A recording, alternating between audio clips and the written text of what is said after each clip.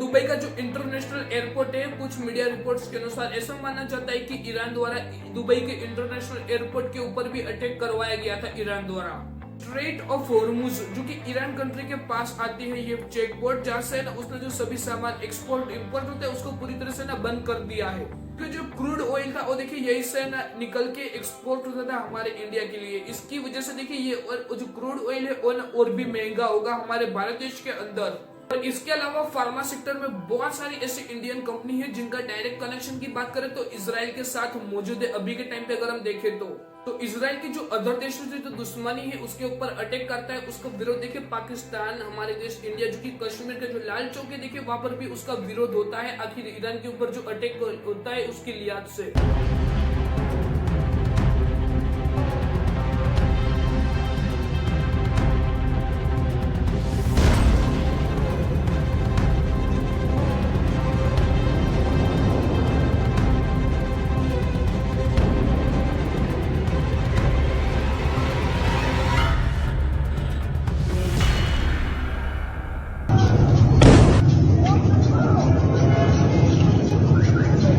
अभी के टाइम पे यानी कि जो बात कही थी वो चाचा ने कि 26 में दुनिया खत्म है, वो शायद इस बात को ना सच करने जा रहा है और उसी का देखिए एक कमबैक हो रहा है अभी के टाइम पे, ऐसा भी हम कह सकते हैं। ऐसा मैं इसलिए कह रहा हूँ क्योंकि अब जो इजराइल और अमेरिका है वो दोनों मिलकर जो ईरान कंट्री है उसके ऊपर है ना बहुत ही ज्यादा मिसाइल दाग रहे और बहुत ही ज्यादा अटैक कर रहे एक दूसरे कंट्री के ऊपर। अमेरिका और इजराइल मिलकर ईरान के ऊपर अटैक करता है तो ईरान है वो देखिए दुबई, इसके अलावा सऊदी अरेबिया और आजू बाजू के जो पड़ोसी देश होते हैं उनके ऊपर अटैक कर रहा है। और इजराइल के अटैक में अब जो ये ईरान के जो सुप्रीम लीडर है जिसका नाम होता है खामेनेई, देखिए उसकी भी है ना डेथ हो चुकी है, साथ में उसके जो परिवार वाले होते हैं जो उसकी निवास स्थान पे थे उनकी भी है ना डेथ हो चुकी है अभी के टाइम पे। इस अटैक की अगर हम बात करें तो इसमें ना 40 से ज्यादा मंत्री जो कि ईरान के थे और साथ ही में 200 से ज्यादा लोगों की ना मौत हो चुकी है इसराइल के इस अटैक में। इसराइल का एक अटैक जो कि ईरान के स्कूल के ऊपर हुआ था उसमें देखिए 108 बच्चे की मौत हो गई जो कि स्कूल में सिर्फ पढ़ाई करने आए थे। और इसके अलावा दुबई के बुर्ज अल अरब होटल के ऊपर भी शायद देखिए जो ईरान है उसका अटैक या तो फिर कोई देखिए किसी का मलबा गिरा होगा जिसकी वजह से वहां पर भी है ना आग लगी थी। इसके अलावा दुबई इंटरनेशनल एयरपोर्ट ऊपर भी शायद अटैक हुआ था।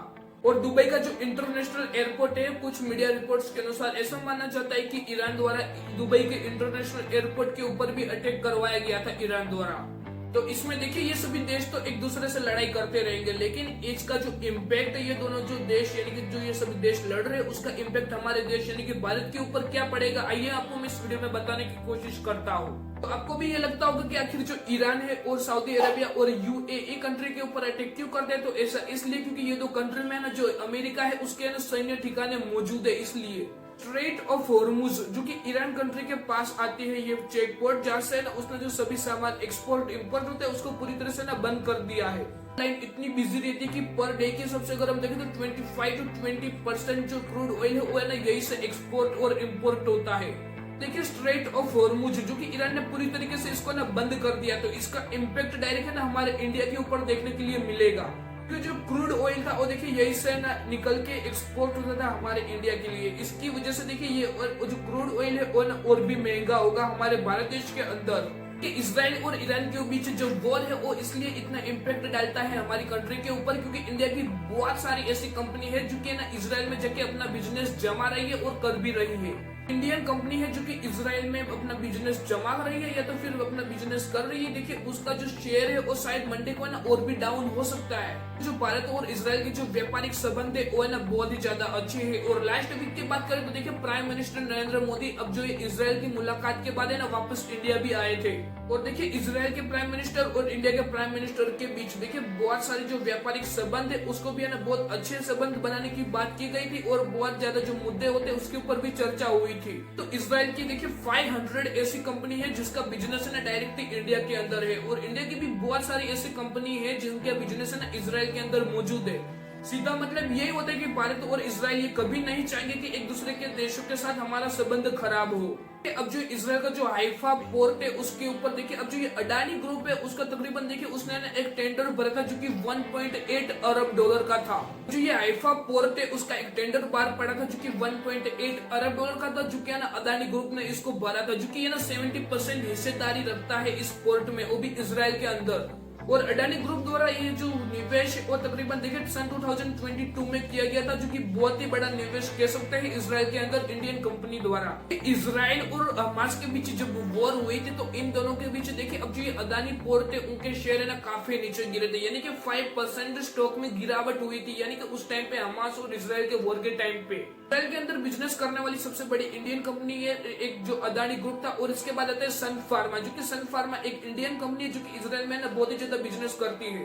और इसके अलावा फार्मा सेक्टर में बहुत सारी ऐसी इंडियन कंपनी है जिनका डायरेक्ट कनेक्शन की बात करें तो इसराइल के साथ मौजूद है अभी के टाइम पे। अगर हम देखें तो अगर हम बात करें तो देखिए डॉक्टर रेड्डी और लुपिन जैसी कंपनी भी है ना शामिल है इसराइल के साथ कनेक्शन में। इसके अलावा देखिए अगर हम टेच यानी कि आईटी कंपनी की बात करें तो उसके अंदर है ना इन्फोसिस कंपनी शामिल है। इसके अलावा टेच महिंद्रा, इसके अलावा इन्फोसिस कंपनी और जो विप्रो कंपनी है वो भी शामिल है जो कि इसराइल के अंदर वर्क करती है। तो टाटा ग्रुप की अगर हम टीसीएस कंपनी की बात करें जो कि इसराइल के अंदर एक बिजनेस काम करती है, जो कि उसके ना 1000 कर्मचारी इसराइल लैंड के अंदर काम करते हैं। इंडियन बैंकिंग की बात करें तो स्टेट बैंक ऑफ इंडिया जो कि इसराइल के अंदर मौजूद है। अगर देखें ईरान और इसराइल की जो वॉर चालू है इसकी वजह से डायरेक्ट इफेक्ट है ना स्टेट बैंक ऑफ इंडिया के ऊपर भी पड़ेगा। अब जो ज्वेलरी और जो डायमंड वाली जो कंपनी है उसके ऊपर भी ना बहुत ही ज्यादा इफेक्ट पड़ेगा। सन 2025 एंड 24 के अंदर अगर हम देखें तो 3.6 एंड 3.7 अरब डॉलर अमेरिकी डॉलर व्यापार हुआ था। सन 23 एंड 22 के मुकाबले अगर हम देखें तो यह ना बहुत ही ज्यादा कम है, यानी कि उस टाइम पे अगर हम बात करें तो अब जो इंडिया है उसने देखिए इसराइल को ना 2.1 अरब डॉलर का जो सामान है वो एक्सपोर्ट किया था। वही इसराइल की तरफ से हमने ना 1.5 अरब डॉलर का जो सामान थे वो देखिए उनको है ना इम्पोर्ट किया था इसराइल द्वारा। 2022 एंड 23 की बात करें तो देखिए दोनों देशों के बीच व्यापार की बात करें तो 10.7 अरब अमेरिकी डॉलर का व्यापार हुआ था, जिसमें 8.45 अरब डॉलर की बात करें तो जो कि इंडिया है उसने ना एक्सपोर्ट किया था इसराइल लैंड को। तो देखिए सन 2023 एंड 22 की अगर बात करें तो जो इंडिया है उसने 2.3 अरब अमेरिकी डॉलर का जो सामान था उसको ना इम्पोर्ट किया था इसराइल लैंड से।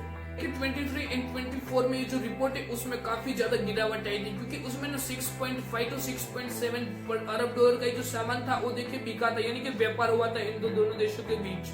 कि ये जो मेन रीजन है जो व्यापार में काफी ज्यादा गिरावट आई उसका मुख्य रीजन है कि अब जो इजराइल है उसका देखिए काफी देशों से ना वॉर जारी है। इजराइल की जो अदर देशों से जो दुश्मनी है उसके ऊपर अटैक करता है, उसको विरोध देखिए पाकिस्तान, हमारे देश इंडिया जो कि कश्मीर के जो लाल चौक है देखिए वहां पर भी उसका विरोध होता है, आखिर ईरान के ऊपर जो अटैक होता है उसकी लिहाज से। अब क्या सोचना है ये जो ईरान कर रहा है वो सही है या फिर इजराइल कर रहा है वो सही है? प्लीज कमेंट्स में जरूर बताइए।